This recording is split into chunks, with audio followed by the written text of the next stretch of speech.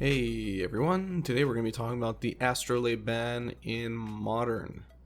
I'm going to be going over what Astrolabe was doing in the format, why it obviously got banned, using WotC's explanation, and essentially how it's going to affect the decks that played it. I'm going to be analyzing the decks that I play that used Astrolabe, but I think that a lot of the changes that I'm going to be doing to these decks, or a lot of the strategy that I'll be shifting with these decks can be easily applied to anyone else playing variants of snow control or other types of snow decks in Modern. So let's look at Astrolabe as a card in Modern to start. It's a cantrip. It's a 1 CMC artifact. You have to cast it using snowlands, snow mana, which isn't hard, obviously, considering that snowlands are basics. So there's literally no cost to deck building to put them into your deck. You just have to swap your basics, your normal basics for snow basics. I think that's all very obvious to everybody here. And I mean, I have to admit, as someone who had 3 decks that ran Astrolabe, I loved it. I hated playing against it, but when I was playing with it, it was awesome, and it was so awesome because it made mana essentially irrelevant. Now, you can only run 4 in your deck, which is true, but generally speaking, you're going to have at least 1 in every game for the most part, and that means that even with 1 on the battlefield, you don't have to worry so much about the lands that you actually have in terms of color production. And you fetch for a bunch of islands and forests, and you can still produce red mana or mana of any other color if necessary because of Astrolabe. And it makes you more or less immune to Blood Moon and other Blood Moon-like effects.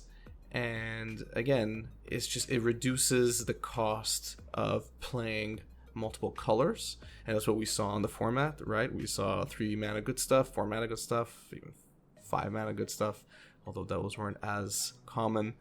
But this real sweet spot was 3 mana good stuff, or 3 mana control, in this case, a 3 color control, and Astrolabe just kind of ruled the day. And again, like I said, anyone who's actually played with it, not against it, but played with it, it's a joke, right? You knew deep down inside that you were doing something that you shouldn't really be doing. And I wasn't so surprised that it got banned. Now, this isn't the first time that I've lived through 1 CMC cantrip getting banned in Modern. My beloved Jataxian Probe and Mox Opal were banned in their own respective times, and I have to say that I shed a tear for each one when they were, especially Jataxian Probe, since I ran 4 of in my Temur Delver deck at the time. And when Jataxian Probe died, so did part of that deck, at least back then. And yeah, I mean, the format hasn't been the same since. When Mox Opal got banned, not necessarily because of its proliferation in Affinity, but because of its abuse in other decks. Again, it killed Affinity, at least Affinity as it stood at that time. And we now have far fewer 1 mana or 0 mana cantrips that, either allow us to draw cards or fix mana in the case of Mox Opal. I mean, and looking at Astrolabe, it did almost a little bit of everything, right? So you draw a card when it hits the battlefield, and you get to fix your mana going forward. And again, that's why it got banned. Now, what is it affecting? The main cards, if you're looking at the actual cards that proliferated in the decks that ran Astrolabe, starting with Icefang Coatl. So Icefang Coatl very often would have Death Touch turn 2 when it would be coming down, because turn 1 you would have cast Astrolabe with a snow land, and turn 2 you would have fetched for another snow land, cast Coatl most likely on your opponent's turn. This was a very common sequence, and you're either casting it because you want to draw a card, maybe at the end of their turn, or you're casting it to draw a card, potentially to find an answer, or you're casting it to block one of their creatures and kill them because Coatl has Death Touch. That turn 2 play essentially is now gone. And what that means is that Coatl is not going to have Death Touch at least until turn 3, right? And if you are running Coatl because of that ability, which almost everyone certainly is or was, then this is something that you're going to have to, this is a value judgment you're going to have to make in your deck. Is Icefang Coatl still worth it for you if you have to wait an extra turn to activate its Death Touch ability? That's really what it comes down to. So it really depends on the variant of Snow that you played in Modern. Maybe Coatl for you was just another threat, and its ability to have Death Touch turn 2 was irrelevant, or not as relevant as just its ability to draw you a card and potentially block a flyer that you don't want to have to deal with. In those instances, then Coatl still plays a role in your deck, and you're going to keep it. And I think that I'm going to be keeping Coatl, at least in the short term, in the decks that I played in, because I still think it has value.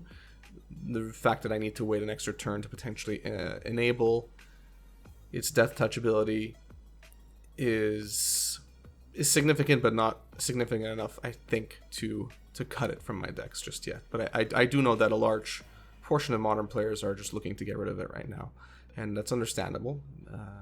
But we'll see where all the chips lie. We're still fresh on this, right? So this is only 4 days in. We're gonna have to see what happens. Now, the next card that's affected by this, and I'm stretching here, okay, and I know I want to insinuate that Uro is no longer playable or is less playable because of Astrolabe, but in a way it is. It's been hurt, at least. I don't think we're going to see Uro cut from decks, but you know, when I was playing Snow Control, Temur Snow Control, so red, blue, green, you know, I didn't have to worry about having 2 green sources, 2 green mana production sources on turn 4, turn 5, or turn 6, whatever, because I most likely would have an Astrolabe by then, so I could focus on my blue mana, which was far more important to cast, for example, Cryptic Command, or to cast Archmage's Charm. So, you know, I didn't have to worry about fetching for green, because Astrolabe was going to get me that green when I needed it to cast Uro, and Uro requires 2 blue, 2 green to escape it. Now, you are going to have to think a bit more carefully about your fetching, because now you absolutely need 2 green land production, 2 green mana production from your lands, and you're going to have to adjust your mana base accordingly, and we'll get into that a bit later, to ensure that you can cast Uro consistently when you need to. Now, control decks slow the game down anyway, so we weren't necessarily slamming Uro turn 4. We were slamming Uro much later, maybe turn 3, turn 4. We're most likely keeping mana up for counters or whatever. But again, the point is, you still have to fetch with 2 green in mind, and there aren't many green requirements in those decks other than Uro. So, you know, we are used to, you know, only fetching for potentially 1 green source, or maybe no green sources, you know, early on in the game, and now that's something we have to think about. We're also a bit more, and this is true not just for Uro, but this is true for all the Astrolabe decks, we're soft again to land disruption. So, at the very least, the land destruction spells are going to be a lot more painful now, because if they destroy that 1 green mana source that you fetched for, there's no Astrolabe to protect you now. There's no Astrolabe to cover you. And that's going to be something that you're going to have to consider when you're restructuring your deck. So, I mean, there are so many more cards in theory that are affected by the Astrolabe ban, but at the end of the day, it's actually just decks that are going to be affected. And all these different pilots, if it was either Snow Control pilots or whatever else Astrolabe was showing up in, all of these deck builders are going to have to rethink, at the very least, their mana base, and that's what I'm going to be getting into. So in terms of what, and then this is where I'm going to define what decks of mine at least were affected, and then we'll get into what cards I'm replacing, well, what card I'm replacing Astrolabe with, and what other changes I'm making to my decks to kind of adapt to the new environment, which is no Astrolabe. So I had Temur Snow Control, I had Temur Warp Midrange, so at least what I called it, and not necessarily infinite turns, but many extra turns as possible. And I also had just Temur Snow Midrange, just regular, good old Midrange. The 3 decks performed well, not necessarily top Pro Tour tier, but well enough to win me sufficient amount of games. I have gameplay of at least Temur Snow Control on my channel, if you want to check those out. But there will be gameplay posted of the other 2 decks as well, even without Astrolabe in the format. So those are the 3 decks that really affected me, and there are various mid-range decks in Modern, not necessarily Temur, that ran Astrolabe, and again, they're going to be effective relatively equally. So what am I replacing Astrolabe with? Well, I think Mishra's Bauble is what I am now putting in the place of Astrolabe. Assuming that I'm not going to just completely scrap the decks, because I don't think snow decks are necessarily dead. I think that's the sentiment right now because so many people hated snow decks, but I think we're going to try and make it work a bit more. It's really going to come down to, is Coatl something you want to keep or not? And if you're running Skred, is Skred something you want to keep or not? If you don't need Skred, or you don't think it's relevant, and you don't need Coatl, you don't think it's relevant, then you're going to get rid of your snow basics and you're just going to go back to just playing whatever else you used to play before Astrolabe was printed. But I think Mishra's Bauble is going to take the place of Astrolabe. It's really the only other 1 CMC, or in this case 0 CMC cantrip that we can play.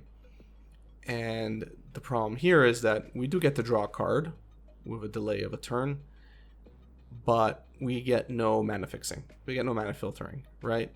So we cast Bauble, we sacrifice Bauble, we see what either we're going to draw next or what our opponent's going to draw next, and then we draw a card at their upkeep. So, it's good. It's 0 mana and allows us to get through our deck faster, but it's no Astrolabe. And so what does that mean? It means that we're going to have to make changes to our mana base. At least to start with, and that's where I looked at first. Is okay, well, how do I have to change my lands now to take into account that I don't have Astrolabe backing me up? So I am soft again to Blood Moon or Magus of the Moon or Alpine Moon or Land Destruction.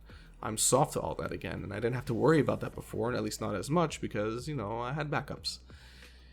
So in terms of running non-basic lands, we ran Mystic Sanctuary, Field of Ruin, some people ran Ghost Quarter, and a few other non-basics that didn't necessarily generate multicolor or didn't generate colored mana, but they had other utility. And at this point, I'm looking at just getting rid of them. Again, as a start, I think this is something that's going to take a couple of weeks at least to figure out and see what really makes sense with these decks. But what I'm looking at is removing these, essentially they're cute cards more than, Field of Ruin has some utility, but we can play other cards if we want to start disrupting our opponent's lands. And Mystic Sanctuary was cute. I understand it has some powerful effects if you're playing Eurosa, or if you were playing Eurosa, Mystic Sanctuary was a bit more important. Ren and 6 as well, if you're running Ren and 6. Mystic Sanctuary, again, might be something that's important, but not enough. It's not enough. We need room to ensure that we can get enough snow basics to make Coatl work. So replacing those and at least in the decks that I'm playing, I already max out on Misty Rainforest and Scalding Tarns. I usually play at least 1 Wooded Foothills, but I don't think adding more Wooded Foothills is necessary. It really depends on your cards. In my case, I think Prismatic Vista is going to be the card that we use to fetch our snow basics, essentially. Again, it really depends on what your formulation of fetches were beforehand. You might not need Prismatic Vista, but in the case of my decks, that's the fetch I'm going to be essentially be using to ensure that I can go get the basics that I need. But again, replace Prismatic Vista with whatever other fetch land you have room for in your particular deck. And I think that's really where you have to think things through, is what are we going to do? What are you going to do with your lands to ensure that you still have sufficient basics, essentially, unless no basics. And you know, the more and more I think about it, the more and more I think, well, is this all worth it for Icefang Coatl? Because essentially that's what you're doing, right? Now, Icefang Coatl isn't the only beneficiary of, you know, rejigging your lands. Again, we did say that you are going to be soft to Blood Moon or other land disruption like cards, so the ability to fetch enough basics to get around that is going to be important, especially the double green requirement of Euro. If you want double green and you still need triple blue for Archmage's Charm or for Cryptic Command, yeah, you're going to need fetches, whatever form they come in. You're going to need them because you're going to need those lands. So, yeah, that's my analysis. At least that's the analysis so far in terms of the decks I'm playing in terms of lands. And, you know, looking at my Temur Snow Control list, I used to play Blood Moon main because why not, right? Who cares? I had Astrolabe to back me up, so I could play Blood Moon relatively easily on turn 3, and I would often do that with, you know, two blue snows and one green snow on the battlefield. You know, I didn't even have a red source, but since I had Astrolabe, I could tap one of them for red. You know, it was just kind of crazy how easy it was to cast Blood Moon. Now that's less relevant because it's just trickier, and having mainboard Blood Moon when you need triple blue for some of your spells isn't the smartest move. So I'm either moving Blood Moon to the sideboard, or I'm just looking at replacing Blood Moon altogether with Alpine Moon or some other form of land disruption. Because again, even if we want to bring in Blood Moon in this from the sideboard, you still need triple blue, right? So Blood Moon is kind of a non-starter in a 3+ color deck. If you're running red-blue, then who really cares, right? You're most likely going to get the lands that you need. But anything more than red-blue, it's going to be painful for you to play Blood Moon. So Alpine Moon is most likely what I'm going to be playing in the side to be able to target specific lands that we don't want. So a specific Tron land or Valakut or Cavern of Souls if necessary. Whatever it may be, I think Alpine Moon is a bit more surgical in that sense. Whereas Blood Moon is obviously a lot more blanket, right? It's just a blanket for everything. So that's it, right? I think, I could spend hours, I guess, analyzing every single deck that runs Astrolabe and seeing how, you know, you're going to have to change that deck around, or you're just going to have to throw that deck out. I think it's still a bit too early to know for sure if Icefang Coatl, for example, is just no longer playable, if it's no longer worth it. I think it's too soon for that. I still think it has some play here. It still has flash. It has the ability to be cast at the end of your opponent's turn to draw you a card. It can have Death Touch turn 3 as opposed to turn 2. So it's still a card that's relevant. It's just not as strong anymore in terms of its speed. It's efficient on turn 3 as opposed to turn 2. So that's going to have to be a value judgment you're going to make. For me, I like it. I'm keeping it in my decks for now. You know, I've been looking at them. I'm like, what can I replace Icefang with? It still does something that I want it to do. It's essentially pseudo removal for flyers, and that's great in a world with Glorybringer, right? And I've killed many a Glorybringer turn 4 or turn 5 by casting Icefang when they have already attacked. It's too late to exert, and then they lose their Glorybringer. So yeah, that's my analysis for Astrolabe's banning. I think at the end of the day it was justified. They kind of had to, because it was just too easy playing with it. It made deck building a bit dumber. I hate to say it, because again, land was just something was an afterthought essentially.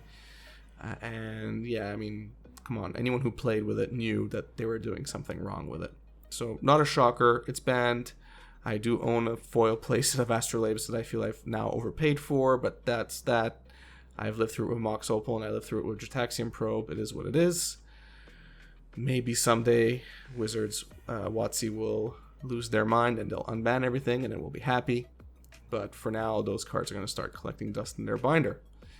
I hope you enjoyed this video. I hope you enjoyed my not so quick analysis of Astrolabe. If you have any questions or you want to continue the discussion in the comments section, please feel free to do so. I read all the comments. I respond to all the comments. And if you enjoyed the video, give it a thumbs up. If you enjoy my content in general, I would appreciate a subscription. It would help me know that you want to see more. It would help YouTube know that others want to see more, and it helps grow the community. Thanks, and have a good one.